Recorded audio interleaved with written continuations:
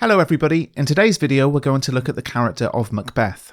Now there are a number of different ways you can analyse this character. The first thing I want to talk about is Macbeth as tragic hero. Shakespeare's play is a tragedy and Macbeth is the tragic hero. What does that mean? Well, the Greek philosopher Aristotle, in his work Poetics, defined the tragic hero as someone who is highly renowned, who has a reversal of fortune from good to bad, and whose misfortune is brought about by some personal error or frailty, which we call a character's hamartia, or tragic flaw. When we're analysing characters in literature, it's always useful to look not just at what they themselves say and do, but at what other characters say about them and to them. In the opening scenes of the play, even before the audience meets Macbeth, he is certainly presented as someone who is highly renowned. In Act 1, Scene 2, the sergeant describes how brave Macbeth killed Macdonald on the battlefield, cutting him open from the nave to the chops. Whilst this imagery might seem pretty gory and even shocking to us today, it's a good indicator of the violent world in which the play is set. It's a world where people prove themselves worthy of honour by their actions on the battlefield, and we see this echoed throughout the play. Much later, when Siward learns of his son's death in battle, he's pleased to know that his son's wounds were to his front, not his back, meaning he did not die running away from his foe, but facing them head on. This is a violent play with blood spilled from the start to the end, and it's into this setting that Macbeth is placed. In a 2010 Oxford University lecture, Dr. Emma Smith describes how the world the play is set in is a society which has no principle of rule other than strength, where might, not right, rules.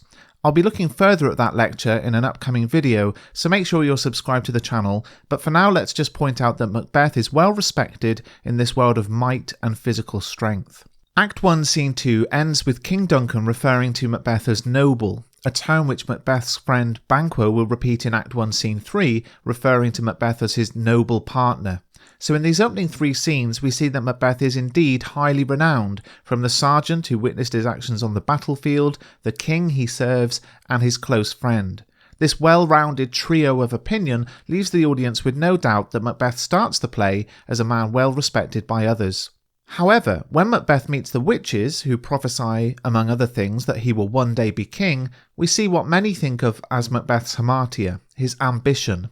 To help us understand the significance of Macbeth's reaction to the witches, we can compare it to the reaction of Banquo, who is with him at the time and also receives a prophecy from the so-called Weird Sisters. And this is very important from Shakespeare, as it allows us to compare the reactions and future actions of both men. Shakespeare essentially uses Banquo as a foil. A foil is a character who contrasts with another character, usually the protagonist, to highlight qualities of that other character. Banquo and Macbeth are perfect parallels at the start of the play. Both are currently in favour with the king following their fearsome performance in battle. Both are given predictions by the witches upon their first meeting in Act 1, Scene 3. Both are promised greatness in the future, yet both react in such a different way. Banquo is just not that interested and is also a bit sceptical and wary, saying that he does neither beg nor fear your favours nor your hate. Macbeth's reaction is very different. When the witches prophesy he will one day be king, Banquo asks Macbeth, "Why do you start?" meaning, why are you so startled? The audience might ask themselves the same question, why is Macbeth so startled? Well, perhaps it's because the witches have given voice to his inner ambitions of one day becoming king. In an upcoming video, we'll look at who, if anyone, persuades Macbeth to kill the king. But one thing is for sure, after seeing the witches, Macbeth descends into the path of destruction, which will ultimately bring about his demise. In Act 1, Scene 7, Macbeth himself admits that it is his own vaulting ambition spurring him on to kill King Duncan. He says this in a soliloquy, speaking not to another character, but to himself, verbalising his thoughts on stage for the benefit of the audience. In terms of the tragic hero, Macbeth is here admitting his own hamartia. As we all know, Macbeth goes on to kill King Duncan before ordering the murders of Banquo, Fleance, who escapes, and the wife and children of Macduff. He descends into a deep pit of evil. And rather than look at each scene individually, let's continue with the model from earlier in the video and explore the way other characters speak about and to Macbeth in the rest of the play. In Act 3, Scene 6, Lennox refers to the country suffering under a hand accursed. Even the witches note Macbeth's arrival in Act 4, Scene 1 with "something wicked this way comes." In Act 4, Scene 3, Malcolm calls Macbeth a tyrant whose sole name blisters our tongues and labels him devilish. In Act 5, Scene 7, young Siward calls Macbeth a tyrant, Macduff calls him hellhound in Act 5, Scene 8, and in the play's final scene, after Macbeth is killed, Malcolm calls Macbeth a dead butcher. We might add to this downward spiral into evil by exploring the lack of interest Macbeth shows in the news that his wife has died. In Act 1, Scene 5, Macbeth addresses his wife as my dearest love. 4 acts later, in Act 5, Scene 5, when told of Lady Macbeth's death, he replies, she should have died hereafter. It's as if Macbeth has lost his ability to feel following the murderous path he's been travelling down. From brave, noble and peerless at the start of the play, to wicked, tyrant and devilish later on, clearly Macbeth has fallen from his position of renown. However, Shakespeare is keen to give Macbeth some redeeming qualities, and this is worthy of analysis. Again, in his Poetics, Aristotle stated that the purpose of tragedy is to excite pity and fear. We learn to fear the dangers of being over-ambitious, but do we pity him? Macbeth needs to evoke sympathy in the audience, so that when he dies they feel pity for him. If we hate Macbeth, we won't learn any lesson from his downfall. After all, he's not supposed to be an out-and-out villain, he's supposed to be a character of good reputation whose one fatal flaw leads to his downfall. So let's look at how Shakespeare tries to keep the audience at least somewhat sympathetic towards the character of Macbeth. In Act 2, Scene 2, Macbeth murders Duncan, but this key moment takes place off stage. We don't witness the murder. Why?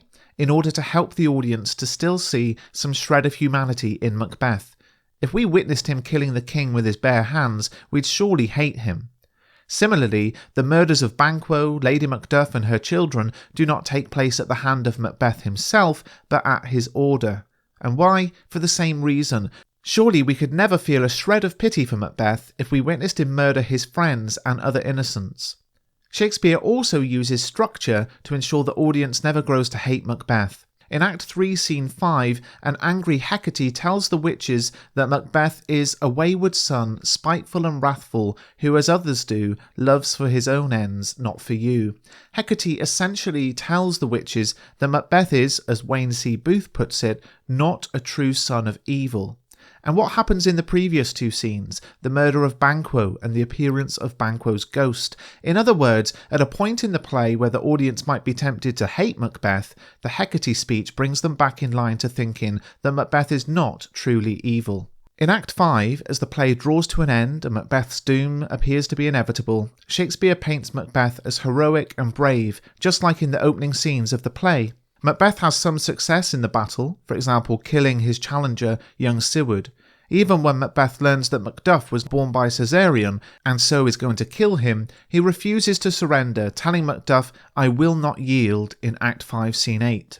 His statement that "before my body I throw my warlike shield" in the same scene is both brave and, in this world where actions on the battlefield are so significant in proving character, honourable. In fact, some critics have gone so far as to say that the ending of the play is the bravest moment of all for Macbeth.